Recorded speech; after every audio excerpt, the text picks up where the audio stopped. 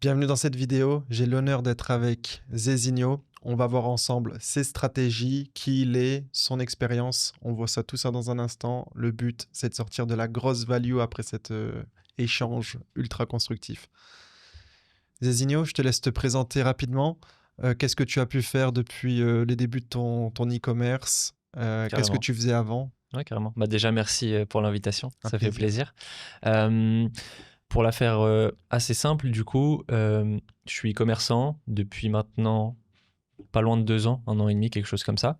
Donc j'ai débuté quand j'étais en France, pendant les études et moi, la stratégie que j'appliquais, c'était simplement un site de niche et j'envoyais plein de produits sur cette niche-là.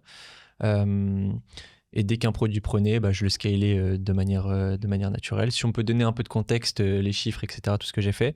Sur l'année 2024, par exemple, il y a à peu près un peu plus de 4 millions d'euros de chiffre d'affaires généré sur la totalité de l'année. Et c'est ce qui m'a permis du coup de pouvoir m'expatrier en Thaïlande. Donc c'est pour ça qu'on est ici à Bangkok maintenant. Donc voilà à peu près le track record. Ok, super intéressant. Du coup, tu as commencé à faire de l'e-com pendant tes études. Ouais, exactement. Ok. Ouais, donc Et du coup, c'était... comment tu faisais pour avoir de l'argent dans les testings et tout? Parce qu'on sait que ça nécessite quelques milliers d'euros pour Ouais. se lancer en e-com. C'était pas évident. En fait, moi, c'est simple depuis toutes mes années après le bac. Donc, en plus, je suis allé jusqu'au bac plus 5. Donc, j'ai fait vraiment... ça a duré longtemps. Mais après mon bac, à chaque vacances, quasiment chaque vacances scolaire, j'allais en fait travailler tout simplement. Donc, je mettais toujours un peu de côté. J'allais en intérim. Tu vois, j'ai travaillé dans des flunchs, dans des stations essence, dans plein de petits trucs. Et du coup, c'est ce qui me permettait de mettre de côté à chaque fois. Et vu que j'étais pas forcément quelqu'un de dépensier, bah, je gardais de l'argent. Je Ok, sortais. ok, très belle histoire. Du coup, finalement, beaucoup de hustle, de side Ah job. ouais. Et derrière, tu économises, tu réinvestis dans l'e-com.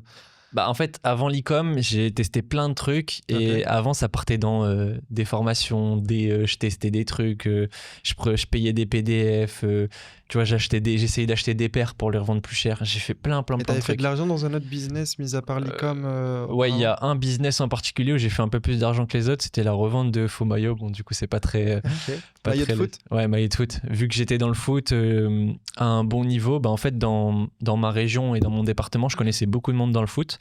Et j'étais aussi à fond dans FIFA à cette époque-là. Et les Ok. youtubeurs FIFA, j'avais vu 2-3 vidéos à la suite où ils pushaient des faux, enfin des répliques de maillots de foot à pas cher du tout. Et en fait, moi, assez rapidement, au bout de la 3e vidéo, j'ai dit attends, ça fait 3 personnes qui mettent en avant les maillots de foot. Il doit y avoir un truc à faire. Genre, c'est sûr, il y a le site qui le vend, c'était tout le temps le même. C'est sûr, ils arrivent à choper les maillots à moins cher. Et du coup, j'ai commencé à creuser comme ça. J'ai trouvé le fournisseur de base. Et en fait, après, je commandais chez moi.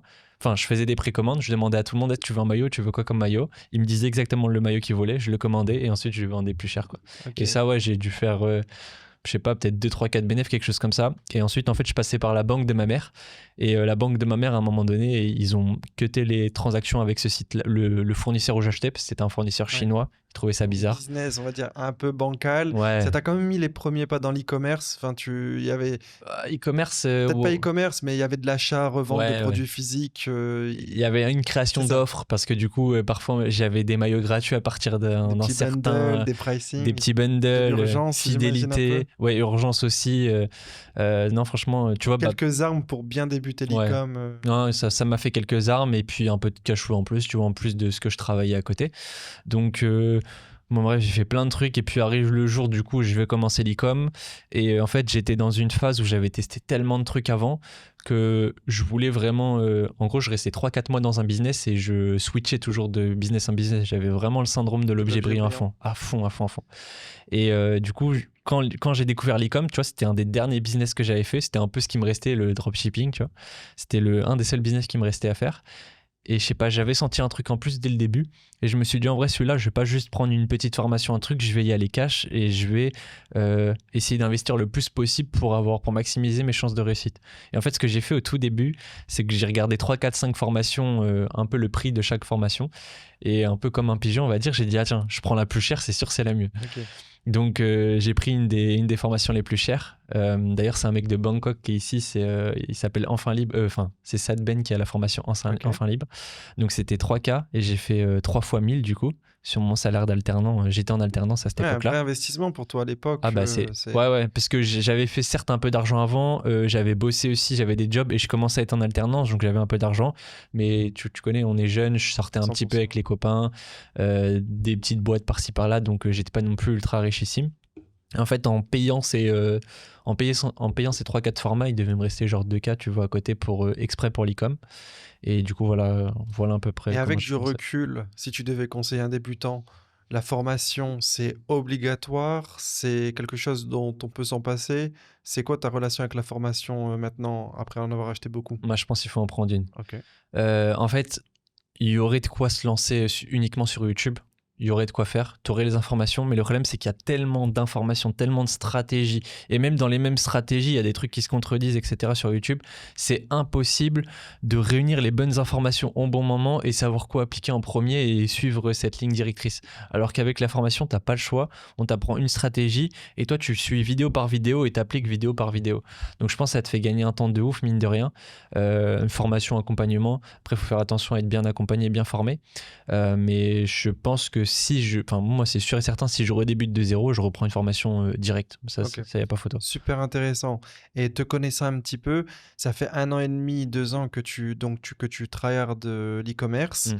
On va dire que le vrai déclic a eu lieu, je dirais peut-être Q2, Q3 l'année dernière, enfin milieu d'année année Ouais, dernière. Peut-être ouais, même avant finalement Q1, il y avait déjà, ça balbutiait déjà beaucoup. ouais. En fait, Mais à un moment, vraiment, tu t'es détaché de la masse et tu as commencé à faire des chiffres ouais. vraiment impressionnants. Ça a été quoi pour toi le déclic? C'est la recherche produit? C'est la délégation? Tu mettrais ça sur quoi? Mm. Bah, je vais même revenir un peu avant ce déclic-là, Ouais. justement, pour qu'on comprenne. J'avais fait 6 mois d'e-com, justement, avec la formation en fin libre. J'avais eu quelques résultats. J'avais dû faire 50-60 000 euros de chiffre d'affaires. J'avais peut-être fait 5-6 cas de profit, tu vois, quelque chose comme ça. Et j'arrivais pas à péter, tu vois. Et j'avais un Parce que c'est prod. déjà impressionnant, mais en connaissant les chiffres que tu as pu faire derrière, c'est vrai qu'il y a eu un Ah avant-après oui, il à y a ce eu un moment-là. avant-après qui est net. À ce moment-là, je tournais juste sur un prod et j'avais aucune notion de scaling. Je savais, en fait, j'avais 2 petites créas qui tournaient depuis 4-5 mois et c'est ce qui me faisait survivre, tu vois, entre Ok. guillemets, sur ces 6 mois. Et en fait, je voyais, j'arrivais pas, tu vois, à aller plus loin, à dépasser ce plafond de verre sur lequel j'étais. Et j'avais même arrêté l'e-com pendant 6 mois pour faire autre chose à ce moment-là. Ok. Et quand j'ai repris l'e-com, j'étais allé dans une autre formation. Donc c'était l'école Dropout dans laquelle on s'est rencontrés là-bas d'ailleurs.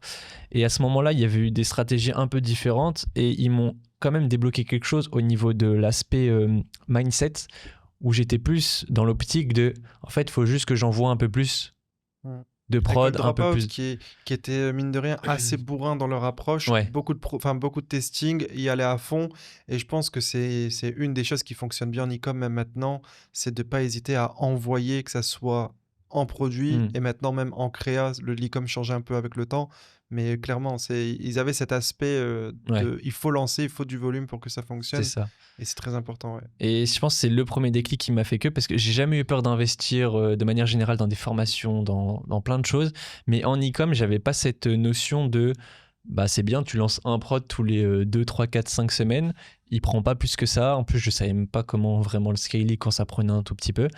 Et en bourrinant un peu plus dès ma reprise, du coup, au bout de ces 6 mois d'arrêt-là, j'ai repris en janvier 2024. Bah, je me suis dit, vas-y, je vais juste envoyer plein de prod. Super intéressant. Du coup, premier déclic, le volume, que ce Ouais. soit sur les produits ou sur les créas, sur les produits À la winners. base, c'était que sur les produits. Ok, Je l'avais pas encore sur les créas. J'étais vraiment en mode, bah, faut juste, j'envoie plein de prod. plein de prod. Donc, je choisis une bonne niche, une niche assez broad, un minimum pour avoir plein de produits à tester. Dans la recherche produit aussi, c'est bien d'envoyer plein de prod, mais il faut envoyer plein de prod de manière intelligente, sinon tu vas juste cramer ton budget. 100%. Donc pour ça, je prenais des prods qui étaient très récents, qui venaient juste d'arriver, tu vois, il y a très peu de temps sur ma niche, et je les ai envoyés sur un autre marché, tout bêtement. Donc j'en ai envoyé plein, en fait, assez rapidement, étant donné que j'étais dans les premiers à lancer mes prods à chaque fois, bah, j'avais un avantage sur les autres, et ton testing, il a un peu plus de taux de réussite, tu vois, quand tu arrives dans les premiers. Et du coup, c'est ce qui s'est passé très rapidement. Premier prod, il prend. Deuxième, troisième, il prend pas. Quatrième, cinquième, il prend, tu vois. Ok. Donc, volume, être à l'affût, lancer des choses Ouais, qui viennent d'apparaître avec de la bonne data, de la bonne vélocité. ah, ça aide beaucoup. Tu cherches sur le marché. C'est quoi un peu rapidement ta recherche Ouais. produit? Du coup, À cette époque-là, j'utilisais la librairie de Pas de Facebook. librairie Ouais. Facebook classique. En gros, j'avais ma niche, j'avais des mots-clés qui ciblaient des produits potentiels de ma niche. Et tous les jours, je me mettais 1 heure de recherche prod. J'allais en Allemagne et aux Pays-Bas uniquement. Et je regardais du coup, il y avait la transparence de l'Union européenne et il y avait juste les couvertures à l'époque. Maintenant, il y a des tools qui te permettent de te donner une approximation du spend dépensé par publicité, donc ça va plus vite.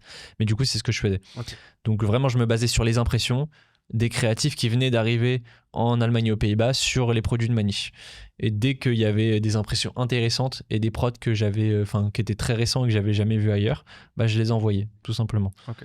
Donc voilà, c'était vraiment principalement ça. Et après, avec le temps, j'ai commencé à utiliser des outils de recherche produit parce que, comme je le disais avant, j'étais étudiant, j'avais pas beaucoup de temps, j'avais 3 heures par semaine du lundi au vendredi et j'avais 5-6 heures par jour le samedi et le dimanche. Donc la recherche prod, si tu fais vraiment une recherche prod minutieuse sur la librairie, ça prend du temps, vraiment. 100%. Et quand je suis passé sur les outils de recherche prod, peut-être que tu perds un peu parfois en vitesse d'exécution parce que la créa, elle va arriver un peu plus tard, tu vois, sur l'outil de recherche prod, mais ça te permet de trouver beaucoup plus de prod En rapidement. plus, je pense pas qu'ils s'opposent, ces outils. Ils sont peut-être complémentaires. Ah ouais, Tu fais le 100%. 80-20 sur les tools et tu regardes les 10-15 derniers jours sur Ad Library. Après, en tant que débutant, je pense, en plus, débutant, étudiant ou salarié qui a pas énormément de temps, je pense que j'irai à 100% sur des tools de recherche prod. Ouais, 100%. Et en plus, moi, je trouve que, mine de rien, le fait que ça soit filtré, ça te donne des idées de niche, de produits, de Ouais. mots-clés. Parce que quand tu connais pas encore bien, quand t'as pas un site établi, tu sais pas vraiment c'est quoi les mots-clés à taper. Enfin, tu as des idées, mais tu connais pas les subtilités, les mots rares. Et finalement, quand tu regardes l'ad copy des créas qui font beaucoup d'impressions sur des outils comme Afterlib, finalement, ça te donne L'un ne va beaucoup de pas vision. sans l'autre, je suis 100% d'accord. Mais vraiment, quand vraiment, je parle vraiment de quelqu'un qui est Ok. étudiant ou Ouais, qui salarié, est limité en temps. moi je dirais ok. full recherche prod, Afterlib pour ceux qui connaissent. Pour moi, c'est le meilleur tool. Et j'irai que sur ça. Ça te fait gagner un temps de ouf. Et pour moi, dans ma manière de tester les prods, c'était ce qui me prenait le plus de temps, la recherche prod, quoi. Et j'avais beaucoup moins de temps pour faire les créas, traduire les créas, faire les fiches produits, etc. Ouais. Tu vois. Donc c'est ce que je ferais personnellement si je recommencerais là, full. Donc, tu améliores ta recherche prod, le volume. Ouais. Et là, boum, gros déclic. Là, ça a commencé à bien prendre. Et là, tu as commencé à faire du profit beaucoup plus élevé. Ouais. Moi, une chose que j'ai remarqué chez toi, que je vois pas forcément chez les autres, c'est tu as cette notion de réinvestissement de ton budget. Tu as créé ton équipe internalisée, tu délègues. Ça, c'est vrai que ça, c'est une vision que tu as eue dès le départ, en fait, finalement, assez rapidement. de recruter, de déléguer, de voir les choses en grand. Ça, c'est une de tes forces. Tu l'as eu. Comment ça t'est venu, en fait? Parce que c'est pas un réflexe que je vois chez les autres, de vite déléguer, vite processiser. Je sais que tu as des SOP, enfin, ça arrive assez tôt. C'est qui t'a dit ça? Est-ce que c'est venu naturellement?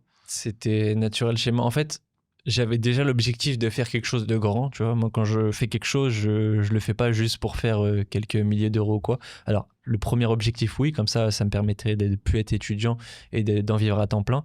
Mais une fois que je savais qu'une fois que je serais à temps plein, pour moi, je vois grand, tu vois. Je vois toujours, quand je fais quelque chose, je le fais vraiment à fond. Et en fait, à force, ça faisait déjà plusieurs années que je m'éduquais beaucoup via YouTube sur le mindset de manière générale. J'écoutais des interviews d'entrepreneurs, tu vois, à fond, genre Yomi Denzel, je kiffais. Justement, là, si tu devais parler à un débutant, même si le mindset, voilà, c'est secondaire, mais c'est toujours intéressant. Si tu avais 2-3 noms, 2-3 chaînes à donner, t'es inspiré ou... Donc, tu parlais de Yomi Denzel? Ouais, Yomi, en Ok. vrai, les vidéos de Yomi sont pas mal. Allez voir aux US aussi, il y a des trucs sympas qui se font. Après, c'est bien quand même de rester dans son domaine. Par exemple, si vous êtes dans l'e-commerce, regardez des vidéos, des podcasts de founders de grosses marques e-commerce ou des gens qui sont dans En plus, l'e-commerce. en ce moment, on est bien lotis en termes de Ouais. podcast e-commerce. Donc, il y a le nôtre qui va sortir, Next Step.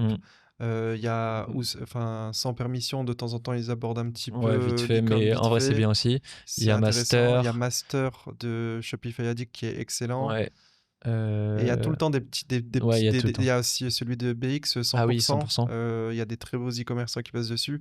En vrai, il commence à avoir beaucoup de contenu et beaucoup de value à aller chercher dans tous ces podcasts. Ouais, Donc, 100%. Mais ça, c'est une vision que je me suis créée déjà 5 ans en arrière. Tu vois, c'est sur la durée, à force de lire des livres, écouter des podcasts, écouter des vidéos, etc.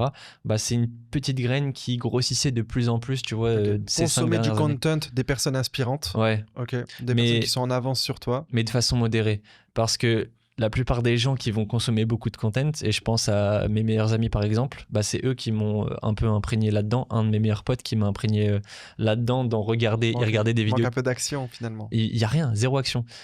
Et en fait, c'est ça le problème, c'est que lui, justement, il était à fond dans les vidéos YouTube. Il m'a mis un peu là-dedans, tu vois, vidéo YouTube, mindset et tout. Moi, j'ai commencé à regarder, mais quand je regardais quelque chose, j'appliquais direct. Genre, j'avais quelque chose en tête, boum, j'appliquais. Et lui, ça fait 5-6 ans, il a toujours rien fait, tu vois. Ouais, même moi, à mes débuts, à un moment, je lisais beaucoup du mindset, je regardais beaucoup de vidéos, et en fait, je crois que quand j'ai commencé à exploser, c'est quand j'ai tout coupé. La Après, ça même. m'a servi forcément, Ouais. sans avoir regardé ça, je pense pas que j'aurais eu le succès que j'ai eu un peu plus tard, mais à un moment donné, il faut savoir couper et se dire, c'est bon, j'ai une bonne base pour commencer, Mm. maintenant, c'est de l'action qui me manque. Ouais, clairement, Ouais. clairement. Et c'est ce que beaucoup oublient et négligent. Au début, faut pas avoir peur de. On n'a pas beaucoup d'argent, certains en plus au début, mais il faut pas avoir peur de retomber à zéro plein de fois. Il faut tenter plein de trucs. En plus, la plupart des gens, ils retournent au pire chez papa, maman, tu vois, si ça se passe mal. Donc, il faut juste faire, il faut tenter, il faut tester par soi-même, et c'est comme ça qu'on avance. Mais du coup, ouais, c'est une vision qui est venue avec le temps. Et du coup, bah, moi, le jour où ça a commencé à prendre mes sites e-commerce, c'était naturel de ah tiens, je passe beaucoup de temps à faire des mails, à répondre aux clients. Ça a pas l'air compliqué. Enfin, c'est pas compliqué, je sais le faire, tu vois. Bah, ça va de soi que je dois prendre quelqu'un pour le faire. Et du coup, tu te renseignes assez rapidement. Ok, est-ce qu'il faut prendre un français? Au début, j'étais même dans l'optique de prendre des potes à moi ou quoi, tu vois. Peut-être payer un Ouais, ouais. SMIC français ou quoi. Mais je savais qu'il fallait que je le délègue parce que c'est quelque chose qui prend du temps, qui n'a pas une valeur ajoutée énorme sur le coup. Et j'avais beaucoup plus à gagner à tester d'autres produits de moi-même, tu vois, et déléguer tous les petits trucs chiants. Donc ouais, c'est venu très très naturellement, je t'avoue, la Ok. délégation. Et après, en fait, je me suis juste dit, ok, ça prend, ok, mes tâches, c'est la recherche produit, c'est le SAV, c'est la création de fiches produits, la création des ads, les emails, etc. Et en fait, j'ai listé toutes mes tâches et je me suis juste dit, ok, c'est laquelle qui sera le délégable le plus facilement et à Finalement, tu moindre te coût. concentres que sur les tâches à grosse valeur ajoutée et quand tu sens que tu es limité, Mm. que ça te prend beaucoup de temps et que ça apporte pas beaucoup, tu délègues. C'est un Ouais, peu ça le schéma de pensée. c'est ça. Et du coup, bah, j'ai toujours eu cette façon de penser et c'est ce qui m'amène aujourd'hui à avoir une équipe de, je sais pas, 15-20 personnes, je sais même plus à force. Et ce qui est super en fait finalement, c'est que c'est le business model qui le veut aussi, c'est que c'est ultra scalable, c'est Ouais. limite infini. Donc en fait, t'as jamais fini de déléguer, t'as jamais fini de processiser. Tes équipes peuvent grossir. Moi, dans 1-2 ans, je sais que j'aurai plus de 100 personnes dans mes équipes, tu vois. C'est sûr et certain. Et De moi, la c'est ce que manière de. personnellement, c'est ce que j'adore avec l'e-commerce, c'est que je vois peu de limites. Ouais. Enfin, que ça soit à travers les marchés, à travers les sites, les produits, les niches, le scaling grâce aux skills finalement, faire des meilleurs créas, du meilleur CRO, je vois pas de limite Mm. potentielle. Moi, ça me choquerait pas si un jour, un de nous fait 20-30 millions par mois. Ça me paraît réalisable en Ah fait. ouais, Le marché, enfin, il y a des trillions sur le marché, donc de fou. 20-30 millions, c'est faisable. Mm. Et ça, c'est cool avec l'e-commerce. Ouais. Moi, c'est d'ailleurs pour ça que j'ai choisi ce business model, hein. Tous les autres, je voyais vite le cap. Bon, il y a tout le temps moyen de pousser un peu les limites, mais l'e-com, ça m'a fait rêver, moi, pour cette raison-là. Je l'ai pas vu direct, moi, en vrai, cette scalabilité énorme qu'on pourrait avoir. Mais je sais pas, il y avait un truc en plus dans l'e-commerce. Et les premières ventes, elles sont insane, tu vois. Genre, je sais pas, il y avait un truc en plus qui m'a fait rester.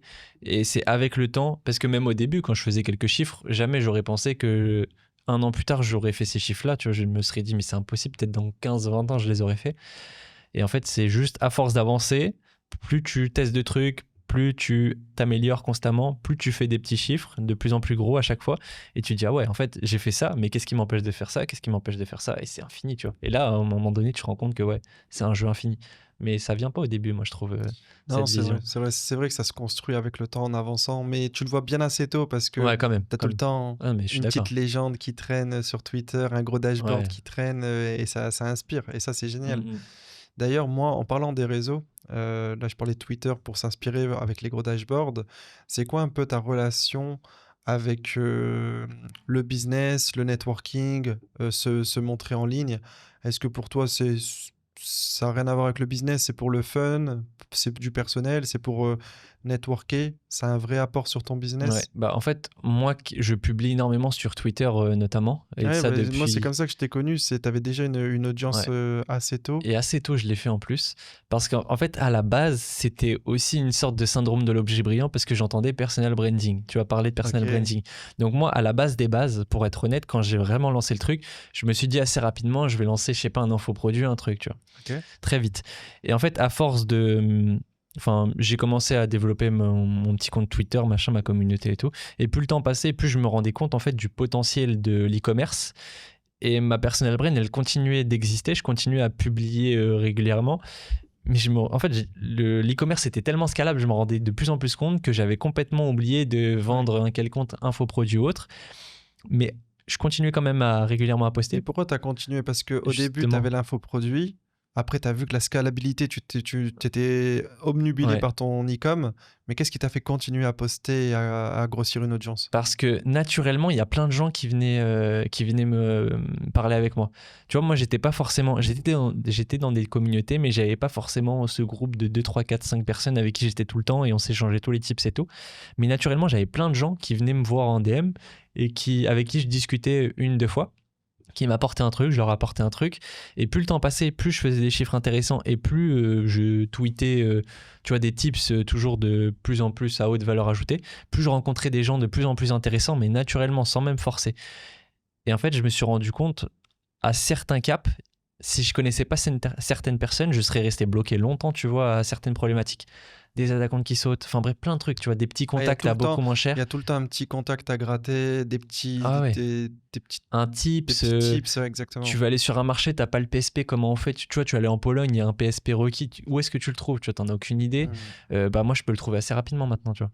Et en fait, c'était vraiment le fait de continuer à publier, ça m'amenait du networking naturellement et je me rendais compte de l'impact que ça avait sur mon business et donc j'avais tout intérêt en fait à continuer à publier pour sans rien à vendre derrière ou quoi et vraiment juste en full gratuit, mais je savais que je donnais aux gens sur Twitter, mais en fait ça me revenait naturellement sous la forme de tips, de contacts, de networking quoi. 100%. Et si quelqu'un débute en 2025, est-ce que tu lui conseillerais de faire comme toi, de À créer un 100%. compte sous quelle forme? Parce que c'est vrai qu'on n'a pas d'abonnés, on peut se dire, mais qu'est-ce que je vais dire? Moi, j'aime bien le build-in public finalement. Toi, tu ferais ça aussi? Ouais, Twitter. Je ferais juste un Twitter. Commencez pas. Moi, c'est le conseil que je donne. Commencez pas à faire du YouTube, du Instagram, du TikTok. 100%. Ça prend trop de Twitter, temps c'est pour le ce que c'est. 80-20, Ouais. c'est textuel, ça prend pas de temps en fait. Tu parles de ton 5-10 quotidien. minutes, tu vois, par Ouais, jour. voilà, ouais, ouais. Le temps des fois de réfléchir, mettre en forme le truc. Mais ouais, c'est le truc. C'est le meilleur 80-20 possible. C'est ce qui va le plus vite à faire. En plus, c'est là où il y a la meilleure communauté possible d'e-commerce. Enfin, les gens sont beaucoup plus quali, tu vois, les abonnés Twitter que des abonnés Insta ou TikTok 100%. en e-commerce. Donc ouais, franchement, faites du Twitter. Juste documenter, je sais pas, vous faites un tweet tous les 2-3 jours. Ok, bah là, j'ai lancé un produit. Voilà, si les ROAS. Bon, dites pas le nom de vos produits, dites pas le nom de vos sites, etc. Il y a trop de vicieux sur Twitter notamment. Gardez, mettez-vous sous pseudo. Enfin bref, faites le nécessaire pour rester le plus anonyme possible au début. Mais partagez. Ça va vous faire rencontrer du monde. 100%, ouais, moi, je le vois, tous les e-commerçants qui ont un bon succès, il y en a des plus discrets que d'autres, Mm. mais ils ont tous un minimum de réseau. C'est très rare les loups isolés, les loups solitaires. Ouais. Moi, je peux que conseiller de plugger Il faut et pas avoir peur d'aller vers les autres. ouais, il faut pas avoir peur du ridicule au début parce que oui, au début, t'as pas les meilleurs tips du monde à donner parce que t'as pas forcément la meilleure expérience ou quoi. Moi, je le sais très bien, tu vois, il y a des gens au tout début quand je postais, il y a certaines personnes qui étaient beaucoup plus avancées que moi, qui pouvaient parfois même se moquer ou quoi, tu vois. Et c'est des gens maintenant avec qui je côtoie et genre, tu vois, on en rigole maintenant. Oui, bah, de toute façon, on a tous débuté, il faut bien commencer Ouais, quelque ça fait part. marrant ces petits débutants qui C'est ça. bident public, Après, moi, je mais trouve que faut quand pas. même, faut faire attention à son image, parce qu'une image sur les réseaux, ça Oui, reste. oui. Ne visez, enfin, on n'est pas là pour faire du reach, on n'est pas là, on est là pour connecter avec des personnes à notre niveau ou à un niveau juste au-dessus. Ouais. Faites pas des RT like bêtes, ne soyez pas provoquants pour rien. Enfin, moi, je donnerais comme ce conseil, parce que c'est vrai qu'il y a des personnes, moi, j'ai des images négatives sur eux, ils sont peut-être super sympas, mais des débutants qui sont trop agressifs sur les réseaux, voilà, ils commencent à faire du reach. Mm. Je trouve que c'est jamais la bonne idée et faut avoir cette image moyen long terme aussi Ouais, c'est vrai. en tête. C'est vrai. Ouais, soyez dans la good vibes, vraiment partez de donner de bon cœur. Soyez pas dans la provocation ou quoi sur Twitter pour essayer de faire du reach comme Ouais, tu l'as dit. ça arrive, hein, des fois on voit surtout les plus Ouais, jeunes, ils commencent à avoir du reach ou c'est alors vrai ça. au 1K, 2K day, on prend la grosse tête. Faut rester humble, je pense que c'est primordial. Ouais. 100%. Ok, super intéressant. Si on rentre un peu dans de la value 2025, bien mis à jour, j'aimerais bien en savoir un peu plus sur tes stratégies. Donc, tu nous as parlé de tes stratégies de l'époque pour ta recherche produit. Tu nous as aussi parlé un peu de ce que tu faisais maintenant avec Afterlib. Est-ce que tu as des pépites à nous donner, les outils que tu utilises, les KPI que tu analyses quand tu fais ta recherche produit, les Ok, red flags peut-être enfin, si tu en vois sur certains prods, je te laisse un petit peu carrément. prendre la main sur ce sujet. Ce qui est marrant, c'est qu'en soi, ma recherche prod, elle a pas non plus hyper changé depuis que j'ai commencé. La base est à peu près la même. Juste, je fonctionne quelquefois différemment sur certaines choses. Mais déjà, la première base, c'est dans quel site, enfin sur quelle niche tu vas faire ton site.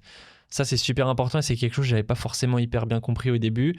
Et au début, j'avais un peu la logique de c'est mieux d'aller dans des niches où il n'y a pas trop de concurrence, pas trop de personnes, parce que ce sera un peu plus facile. Le problème, c'est que en réfléchissant comme ça, je sais pas, par exemple, la niche, vous allez 100% dans la niche du bricolage. Vous dites, ouais, c'est une niche, il y a quelques prods qui sortent, il n'y a pas trop de concurrence, il n'y a personne qui fait un site 100% de bricolage dessus, je vais faire un site de niche dessus, ça va être trop bien. Le problème, c'est que vous allez trop vite tourner en rond avec les produits disponibles. C'est limite, c'est une sous-niche à ce niveau-là, hein, c'est ça? Ouais, quand même, bricolage, ça reste une niche à part Ok. entière, Je veux mais dire, tu fais vite le tour. tu fais trop vite le tour. Tu fais trop vite le tour. Donc, à un moment donné, vous êtes là en mode, ok, je lance quoi? Il n'y a rien qu'à marcher, je lance quoi? Donc, déjà, nichez-vous dans les grosses niches. Donc, ça peut être, c'est les grosses niches qu'on Elles qu'on sont connaît, connues. hein. Elles sont connues. Cosmétiques, beauté, santé, au début, je sais pas. Je suis encore réticent, mais il y a moyen que votre compte saute assez rapidement. Fashion, j'éviterai, je pense, pour aussi en tant que débutant. C'est assez dur à gérer au niveau des retours. Les PSP peuvent vite sauter. Tout ce qui touche à la maison de manière générale. En fait, c'est les produits que vous voyez le plus. Sport, Sport. c'est des très bonnes Ouais, niches. franchement, il y a plein de. Vraiment, les top grosses niches, prenez juste une top grosse niche. Ça, si on reprend l'exemple, sport, c'est une grosse niche. Si on commence à faire une sous-niche, peut-être foot ou yoga, là, il n'y a Ouais, pas assez de produits qui vont voilà, ressortir. exactement. Donc, vraiment, avoir une niche assez large pour pouvoir envisager de faire 15, 20, 25 testings et ne pas se dire, il n'y a plus de produits, je dois changer de site. Exactement. Ok. Donc ça, c'est la première chose à faire. Ensuite, une fois que vous avez votre niche, dans un premier temps, ça va être juste d'aller rechercher en Allemagne et aux Pays-Bas ce qui se passe. Donc pour ça, vous allez vous noter tous les mots-clés possibles, imaginables qui vous sortent par la tête en français. Vous allez les faire traduire en allemand et en néerlandais. Et le but, ça va être de trouver tous les mots-clés qui ramènent à peu près tous les produits de votre niche, quoi, sur lesquels vous pouvez les trouver. Et vous allez les trouver via la librairie et via Afterlib notamment. Ok, donc, en tools, Afterlib, Add Library, Ouais, ça suffit ça largement. suffit, ok. Ça suffit largement, pas besoin de plus. Du coup, c'est ce que j'utilise à l'heure actuelle, donc Afterlib la librairie. Moi, je vais même un peu plus loin, je regarde plus qu'en Allemagne et aux Pays-Bas, je regarde absolument sur tous les pays d'Europe. Ok. Donc j'ai tous les mots-clés des niches sur lesquelles je suis, traduits dans toutes les langues possibles en Europe. Et je me fais en fait une sorte de classement par pays, donc on va dire là où il y a le plus de produits qui sortent, donc Allemagne, Pays-Bas, France, Italie, en général c'est ceux-là. C'est ceux que je vais regarder sur la librairie uniquement. Donc les top mots-clés de ces top marchés-là, je vais les regarder sur la librairie parce que ça sort le plus rapidement possible. Enfin, c'est instant. Sur la librairie, ce qui sort, tu le vois direct. Donc j'essaye de trouver les produits le plus rapidement possible. Et tous les mots-clés un peu plus secondaires où de temps en temps il y a des produits qui sortent, mais pas ouf, ceux-là, je vais les regarder sur Afterlib en une seule recherche.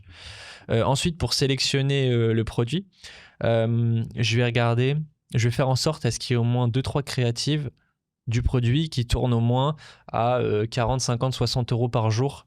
Et pour ça, on va venir utiliser, c'est un autre tool à utiliser, mais pour le coup, c'est gratuit, c'est TrendTrack, l'extension de Bix. D'ailleurs, extension qui sera par la suite un tool. Ouais, Moi, j'ai pu voir un peu à quoi ça va ressembler et je pense que ça va c'est être un un bon tool. très bon tool de recherche produit. qui va qui va peut-être remplacer même Afterlib. les tools qu'on a vus au préalable, ou au moins qui sera Mm. complémentaire. Donc, Ouais, je suis preneur, franchement. ça sera super intéressant une fois que ça sera sorti. Ouais, clairement, on fera. Mais pour l'instant, toi, tu parlais du coup de l'extension. Je sais pas quand sortira la vidéo. Donc, l'extension qui permet de finalement voir le trafic, hein, c'est ça que tu veux Ouais, dire? c'est le trafic, mais moi, c'est pas le trafic qui m'intéresse là-dedans. C'est sur la librairie, ça te permet aussi d'avoir une approximation du spend dépensé par créative Ah oui, ok. sur chaque Donc, une fois que tu es créative. sur la librairie, quand tu utilises l'extension, tu peux voir finalement le spend par Ouais, créa. tu as un bouton qui s'appelle le Reveal EU Ouais. Spend quand la créa spend en Europe.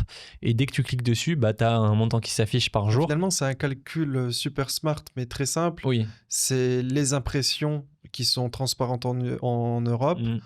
Le CPM, CPM. on connaît en moyenne le CPM sur le marché. Et finalement, si on connaît le coût par 1000 et le nombre d'impressions, C'est un produit en croix. c'est ça, c'est un produit en croix. On sait plus ou moins combien de spend la C'est créa ça. a dépensé Mais ça fait approximativement. gagner quand même du temps au lieu de faire Ouais. votre produit en croix à chaque fois. En plus, c'est Carrément. gratuit l'extension, donc Et c'est plus utilisez-la. parlant que des impressions. Au moins là, Ouais. on parle en spend, on sait si ça chiffre ou pas. C'est ça. Parce que personne va dépenser plus de 10 000 euros en étant pas rentable. 100%. Et du coup, par rapport à ça, moi je mets un CPM toujours à 9 euros, c'est ce qui est réglé de base. Ça me paraît à peu près cohérent, 9, 10, 11 euros, 12 euros. De toute façon, on est sur de l'approximation. C'est on n'est le pas là CPM moyen, ouais, c'est pour ça. avoir de la précision. Mais il faut quand même garder toujours le même CPM pour se baser toujours sur la même métrique. Ouais. Parce que si un jour vous regardez à 8, un jour vous regardez à 15, bah, quand vous êtes à 15, forcément il y aura un montant plus impressionnant que quand vous êtes à 8. Et du coup, ça peut fausser Et tu restes sur du 9 en moyenne tout le temps. Ou alors tu adaptes selon les pays, selon les niches que tu regardes? Non, je mets 9. Parce que je me base C'est une toujours bonne sur la moyenne. même base. C'est une moyenne qui est à peu près partout dans plusieurs pays. Après, bien évidemment, quand tu vois des pays de l'Europe de l'Est ou quoi, il y aura certainement des CPM plus bas, mais c'est rare que j'aille sur la librairie sur un mot-clé de Et t'es l'Europe de pas là à l'Est. chercher aux milliers d'euros près. Non. Je veux une à la centaine d'euros près. Ok. Je veux une approximation. Dès que ça fait 40-50 euros par jour de dépenses à peu près, depuis que la créa est active, et que ça fait au moins 3, 4, 5 jours qu'elle est active, et du coup qu'il faut au moins 2-3 créatifs sur ce produit-là, à ce montant de spend-là, je peux potentiellement présélectionner le produit et le mettre dans un Google Sheet. Donc voilà, donc je vais faire le tour absolument de la librairie, tout ce qui se passe tous les jours. On fait un tour dessus. Donc maintenant, du coup, j'ai les équipes qui s'en chargent pour moi. Sinon, ce serait infernal. En 24 heures, tu n'aurais même pas le temps de regarder tous les mots-clés que j'ai en tête. Donc voilà, Afterlib à librairie. Donc ça me permet de présélectionner les produits. Là, tu nous parles du coup d'une recherche produit qui est très axée sur les tendances, les produits qui prennent, qui sont en train d'exploser. Qui sont très récents. Est-ce que tu te bases un petit peu sur les produits qui ont été lancés il y a 2 ans, 3 ans, 4 ans, avec une notion un peu de time to market, lancés dans le bon mois, là, au bon moment? J'en ai lancé de temps en temps. C'est pas encore quelque chose que j'ai mis ultra en place, mais justement, c'est dans ma checklist et quelque chose à faire. Enfin, je vais faire ça d'ici le mois prochain. Parce que ça marche bien avec des outils comme AdSpy. Il y en a d'autres, mais AdSpy, c'est quand même le classique. Ça fonctionne très bien. Ouais, de 100%. Et je voulais rebondir sur ça. Tu nous as parlé d'une recherche produit super intéressante en Europe. Qu'est-ce qu'on fait des produits lancés aux US, au UK, en Australie? En fait, finalement, ta stratégie, c'est beaucoup basée sur les impressions. Dans ces pays-là, on n'a pas les impressions. Comment on fait pour juger de la qualité du produit, s'il est lançable ou non? En fait, déjà, même si c'est un site US, il y a plein de gros sites US qui font des campagnes worldwide et en fait qui finissent en Europe et tu as quand même des impressions sur des créas. Donc déjà, et en plus, pas tous. Ouais, c'est ça. Et en général, ça donne une idée. Ils ont, je sais pas, on va dire, ils ont 200 créatifs. Sur les 200, il y en a 50. C'est des campagnes Europe. En général, c'est les 50 meilleurs qui marchent aux US qu'ils ont envoyés en Europe.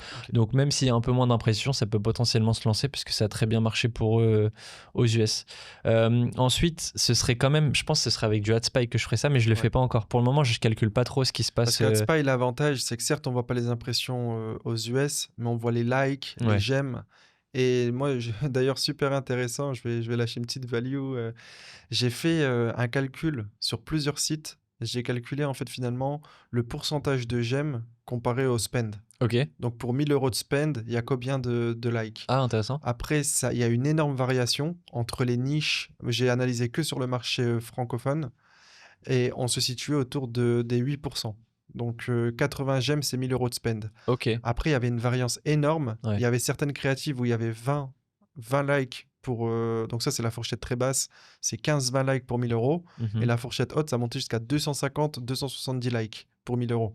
Donc il y a une variance énorme, mais Si tu prends une fourchette. on reste sur du 8% en moyenne. Donc ça, Ah, c'est intéressant. c'est la value. Et aussi, un truc que j'ai remarqué, c'est bon, il faut développer un peu un troisième œil compliqué, mais les créas qui font beaucoup de reach, enfin, pardon, beaucoup de likes pour peu de spend, elles sont souvent très émotionnelles ou rigolotes. Ouais. Il y a de l'humour. Donc, on peut un petit peu se douter que ces créas font plus de likes que la normale, mais on peut se baser sur un 8-9%, c'est très bien. Donc, 80 likes pour les 1 000 € de dépensés. Ça, c'est une data super intéressante, Et hein, tu en vois. fait, finalement, ça permet de faire le calcul assez simple. Même si on prend une fourchette basse, dès qu'une créa commence à faire 400, 500, 600 likes, on sait qu'elle a dépensé un minimum de sous Mm. intéressant. En tout cas, personne ne va dépenser ce montant-là en n'étant pas rentable. Ou en Ouais. étant, au pire, on lance un produit qui est au minimum break-even. Bah ouais, 100%. Bah ça, c'est une des techniques aussi. De toute façon, c'est les deux techniques de recherche prod avec celle que tu as citée avant, de prendre les prods de ta niche aux années précédentes à la même période et de les lancer. Et ça, de servir de cette technique-là, des gemmes en plus pour les prods aux États-Unis qui viennent d'arriver. Donc, c'est deux techniques de recherche prod qui me manquent à l'heure actuelle, sur lesquelles je vais mettre en place d'ici les prochains mois. Mais clairement, le but, c'est d'être partout sur toutes les techniques de recherche prod possibles pour. Et elles sont complémentaires. Il y a pas une méthode parfaite. Il Ouais. faut multiplier les méthodes de recherche, mais tout le temps, comme je le dis toujours, se baser sur de la data. Ne pas lancer un prod pour lancer un prod, pas parce que on l'aime bien, on a des émotions sur ce produit, mais c'est parce qu'il fonctionne factuellement, soit avec du trafic, soit avec des impressions, soit avec des likes. Mais il y a tout le temps une data derrière chaque produit. Ouais, dites-vous pas juste, ah, ce produit-là, je le sens bien, c'est sûr, il va marcher. En général, surtout dans les débutants, ça floppe toujours. Donc, ouais, la data, c'est primordial. Et certains débutants lancent encore des produits en scrollant sur AliExpress, en essayant de Ouais. calculer le coût du produit et la valeur perçue, le prix de vente. Est-ce que tu peux recommander cette approche ou c'est un non direct pour toi? Pour moi, c'est un stade de beaucoup plus avancé où tu fais ça, en fait. C'est, je le fais pas à l'heure actuelle, peut-être je le ferai dans un an et demi, parce que tous les prods que j'ai actuellement qui tournent, ça tournera à tellement gros volume que le nombre de testing que je ferai, il sera ridicule par rapport au CA généré sur les gros prods. Et donc, je pourrais me permettre de tester encore plus sous différentes manières, parce que ça impactera pas énormément ma marge. Sauf qu'en étant débutant, je pense que c'est un peu la roulette russe, tu vois. Enfin, c'est vraiment, ouais, c'est la roulette russe en vrai à faire ça, parce que t'as pas de data ultra fiable, tu vois, je trouve, sur AliExpress. Tu te bases peut-être sur des nombres de ventes, la qualité du produit, tu sais, t'as Ouais. les étoiles, etc. Mais à quel point le prod, il a été poncé sur les marchés, etc., tu Et sais est-ce qu'il pas. réagit bien en ads aussi? Aussi, ouais, aussi. Peut-être ils se vendent à fond, mais ils se vendent à fond sur Amazon, je sais pas, où c'est pas forcément de l'ads pur et dur. Et donc, non, je déconseille totalement. Enfin, moi, personnellement, je ferai pas du tout ce type de recherche prod en Ok. tant qu'intermédiaire aux débutants. Ok, super intéressant pour la recherche produit. Basé sur de la data, on utilise AdLibrary, Afterlib. Et une autre méthode qui peut être intéressante outre-mer, c'est se baser sur les likes avec AdSpy. Moi, j'aimerais bien aussi parler un peu des marchés avec toi. Je sais que c'est un des sujets que tu as beaucoup creusé Mm. ces derniers temps. Beaucoup de personnes tournent en France ou aux US. Grosso modo, c'est les deux marchés qui ressortent. Est-ce que tu peux nous donner de la value? Est-ce que tu as lancé d'autres marchés? C'est quoi tes prochaines steps sur ce sujet? Moi, j'adore toujours creuser des nouveaux marchés. En fait, je trouve que c'est la solution facile pour scaler parce que tu as déjà quelque chose qui marche à un endroit et Finalement, tu tu le. as le produit, tu as les créas, tu as Ouais, la validation du marché. C'est t'as- des marchés similaires, c'est donc ouais, ça. je rejoins. T'as du content, t'as tout. T'as déjà quasiment tout qui est prêt, tu vois. C'est vraiment le 80-20 par excellence pour scaler. Et en fait, il y a juste à dupliquer, entre guillemets. Il y a 2-3 changements à faire, tu vois, selon les marchés. Il y a des produits qui s'y prêtent mieux que d'autres, mais oui, Ouais, grosso modo, si tu tournes sur de la statique, tu dupliques ta page produit, ça va tu dupliques vite. ta statique. Là, typiquement, il n'y a rien à faire C'est que ça. c'est de la traduction pure et dure. C'est ça. Donc moi, c'est vraiment quelque chose que j'avais en tête assez rapidement, de scaler à l'horizontale sur tout ce qui marche déjà sur plein de marchés. À l'heure actuelle, j'ai déjà testé plusieurs marchés.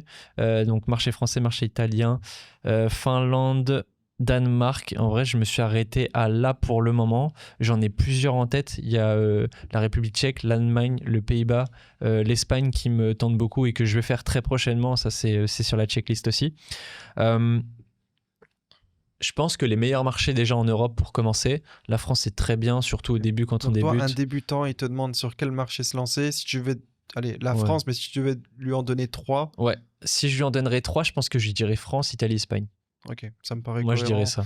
ça. Pour moi, il y a quand même l'Allemagne qui a un excellent marché en Europe, Ouais, mais je dirais pas aux débutants. Ouais. mais à un débutant, je ne le conseillerais pas parce qu'il y a des PayPal, parce qu'il y a des Klarna, et Mm. vaut mieux arriver avec des bons produits qualitatifs, solides. C'est pas forcément ce qu'on a au début quand on Ouais. commence, malheureusement. L'avantage des 3 que je viens de citer, il y a besoin crédit card et un PayPal classique. Enfin, il y a un pourcentage de personnes qui passent par PayPal, mais c'est pas incroyable. Comparé à un marché allemand où si t'as pas Klarna ou PayPal mais vraiment ultra strong, il y a moyen qu'ils sautent assez rapidement. Donc c'est vraiment l'avantage. Il n'y a pas besoin de COD d'ailleurs pour C'est Italie, ce qu'on attend Espagne. souvent venir, le cash on delivery, donc le payer à la réception du colis. Mm. C'est niveau logistique, c'est un peu l'enfer, il faut faire des stocks énormes. Ah ouais. Toi, tu peux confirmer que le marché italien n'a pas forcément besoin de COD. Italien, Espagne, je confirme, même si j'ai pas fait espagnol, j'ai des insights et 100% qu'il Ok. n'y a pas besoin.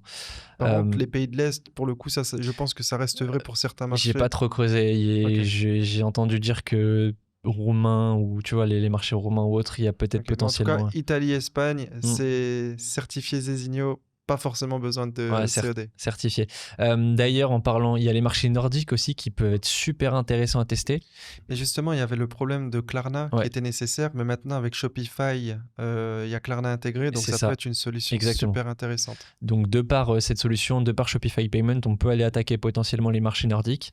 Et la Suède, le Danemark, ça peut être des excellents marchés. La Finlande aussi, c'est un petit marché, mais Moins scalable, mais finalement moins de concurrents, mm, et au début, on peut aller gratter 2, 3, 4 K ouais, cash clairement. facilement Vous sur ce commencez marché. Finlande, il y a un peu moins de concurrence, 2, 3, 4 KD. Vous arrivez ensuite, vous dupliquez en Suède, Suède, Norvège, Danemark. Comme ça, vous Dans une faites tout. stratégie de duplication, c'est des marchés finalement énormes, Mm. super intéressants. Clairement, clairement, Peu clairement. concurrentiels, certes pas scalables, mais pour l'effort que ça va prendre de dupliquer, c'est des marchés Mm. très très viables. Je recherche pas forcément la scalabilité sur tous les marchés.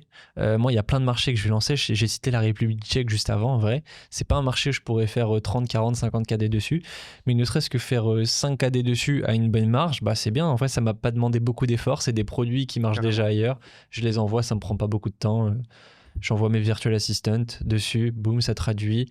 Et puis on voit ce que ça donne. Et en vrai, Ok. Donc value marché, on attaque en priorité la France, l'Espagne et l'Italie en tant que débutants. Pour les personnes un peu plus développées, maintenant les pays scandinaves, ça devient un véritable potentiel grâce à Klarna intégré. ouais. Allemagne pour les personnes, Allemagne, Pays-Bas, ouais. Allemagne, Pays-Bas pour les personnes beaucoup Intermédiaire. beaucoup plus, enfin intermédiaires et Mm. même plus avancées, avoir des produits solides sur ces marchés-là. Ouais. Et si on doit parler des autres marchés en très rapide, qu'est-ce que tu penses des marchés anglophones en tant que débutant? En tant que débutant, c'est compliqué. Je pense que c'est compliqué en tant que débutant. Il y a peut-être les UK en tant que débutant qui peuvent s'attaquer. Ouais, Les je suis US, je d'accord. pense pas que je UK, sois je trouve centré. ça intéressant. Ouais, Australie, je pense qu'il y a des petites choses à faire quand même ouais peut-être, ouais, sur Australie. certaines niches spécifiques là-bas. Mm. Mais US, moi j'ai tendance à dire qu'il faut un petit bagage marketing, il faut une trésorerie un peu plus Ouais, solide. trésorerie. C'est un très gros potentiel, mais c'est peut-être pas pour un débutant. Ouais, patienter un peu pour les US. Ce sera un très très bon marché à attaquer un jour, ça c'est sûr et certain, c'est indéniable. Mais en tant que débutant, si vous avez une bonne base d'anglais, vous pouvez attaquer le marché des UK. En vrai, c'est assez similaire à la France en termes de culture, etc. Mais ouais, sinon, Ok, je m'en contente super ça. intéressant, belle value market. Ce qu'on va faire, c'est qu'on va se rejoindre sur la chaîne de Zézinho pour la partie 2. Et là, on va aborder les créatives, le CRO et peut-être un Le peu plus sur recrutement, le recrutement et pas mal de sujets ouais, intéressants. carrément. On se voit sur sa chaîne, ça sort bientôt. À bientôt. À bientôt.